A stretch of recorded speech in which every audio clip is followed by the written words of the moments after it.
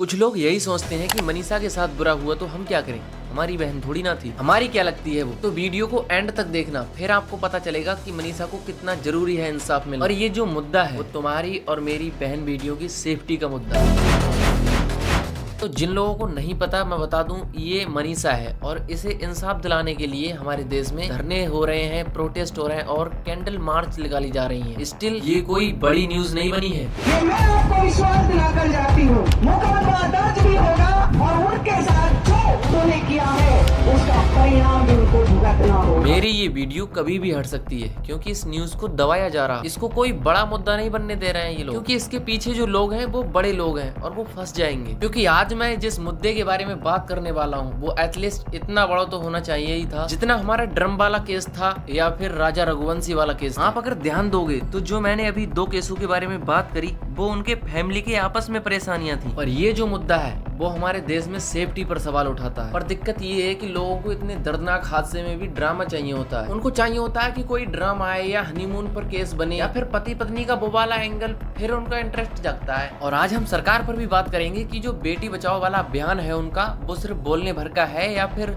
कोई काम भी चल रहा है उस पर। क्योंकि प्रशासन की तरफ से तो बयान आ गए हैं कि लड़की ने ही खुद को खत्म किया है, और जो उस लड़की के पिता हैं जो उसे अच्छी तरीके से जानते हैं वो इस बात को मानने के लिए बिल्कुल राजी नहीं है। मेरी बेटी कभी भी आत्महत्या नहीं कर सकती। मेरे को कितना उसके ऊपर विश्वास है और प्रशासन करेगी उसने आत्महत्या की है, मेरे को ना उसका न्याय चाहिए है। तो अब शुरू से बात करते हैं और एंड में तुम मुझे ये बात बताना कि क्या ये सुसाइड केस लगता है या फिर किसी बड़े आदमी को बचाने की कोशिश चल रही है। क्योंकि वैसे भी ये न्यूज टीवी पर दिखाई नहीं जा रही और इंटरनेट पे से इसकी वीडियो भी हटाई जा रही है, और जो जरूरी है उस पर तो वीडियो बनानी ही पड़ेगी, वरना ये चैनल किसका। तो मनीषा एक 19 साल की लड़की थी जो ना तो कभी छोटे कपड़े पहनती थी और ना ही कभी देर रात तक घर से बाहर रहती थी और ना ही कभी उसे पार्टी का शौक था। इससे पहले की वो लोग हैं जो लड़कियों को ब्लेम करने लगते हैं, उनके लिए मैं क्लियर कर देता हूँ कि वो सिंपल सी लड़की थी, गरीब घर की लड़की थी और उसके पापा मजदूर थे, तो उन्हें सपोर्ट करने के लिए प्ले टाइम स्कूल में जॉब भी करती थी टीचिंग की, और रोज की तरह वो अपनी जॉब पर गई थी। फिर उसे पता चलता है कि नर्सिंग के फॉर्म भराए जा रहे हैं और वो अपने पापा को कॉल करके बताती है कि आज शायद मैं लेट हो जाऊंगी, क्योंकि नॉर्मली वो टाइम पर अपने घर आ जाती और आज वो लेट हो जाएगी, इसीलिए अपने पापा को वो पूरी जानकारी देती है फोन पर कि आज मैं कॉलेज जा रही हूँ। और वो तो अच्छा हुआ कि उसने कॉल करके बता दिया, वरना कॉलेज का तो कोई इन्वॉल्वमेंट ही नहीं बचता इसमें। क्योंकि अभी भी मैं देख रहा हूँ कि इस कॉलेज के बारे में कोई बात कर नहीं रहा, पर ये कॉलेज इस केस का बहुत बड़ा हिस्सा। उसके बाद मनीषा ने एक और कॉल करी जो पार्सल वाले भैया का था। उसके बाद मनीषा के फोन से एक और मिस कॉल गया सिर्फ उसके पापा को, और उसके पापा ने जब वो मिस्ड कॉल देखी तो उन्होंने तुरंत वापस किया उस कॉल को, पर वो कॉल पिक नहीं किया गया और फिर उसके पापा की टेंशन बढ़ चुकी थी। 6:26 मेरी घंटी बजी, उसका कट गया। फिर मैंने 6:26 मतलब पूरी नहीं हुई थी, कुछ सेकंड बची हुई थी, मैंने उसके साथ अपना फोन उठाया, साथ ही साथ कॉल किया तो फोन बंद था। कल रात में उसका फोन 12:04-5 के ऊपर ऑन हुआ है, उसके बाद बंद हो गया है।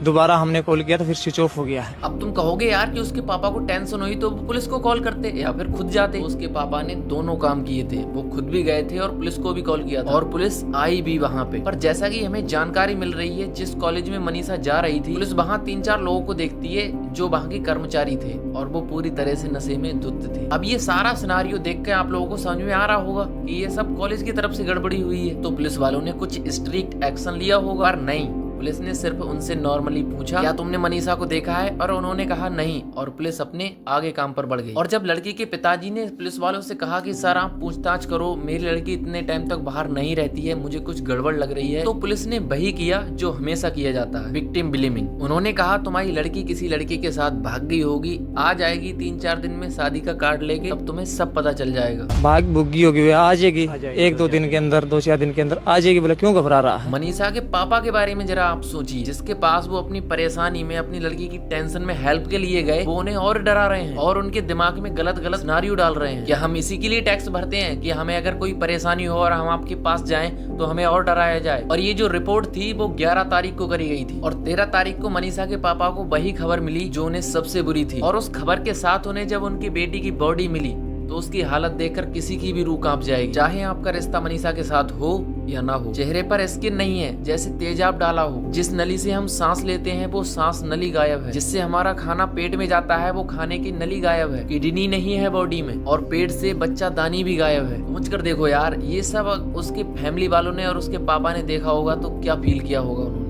पोस्टमार्टम को मैं पढ़ नहीं पाया, कितना यानी भीतर के ऑर्गन गायब है। सच्चाई तो ये है उसकी बच्चेदानी गायब है, उसकी किडनियां गायब है। 1-2 किलोमीटर के अंदर अंदर ऐसा क्या हो गया कि आसमान से अपराधी उतर गए।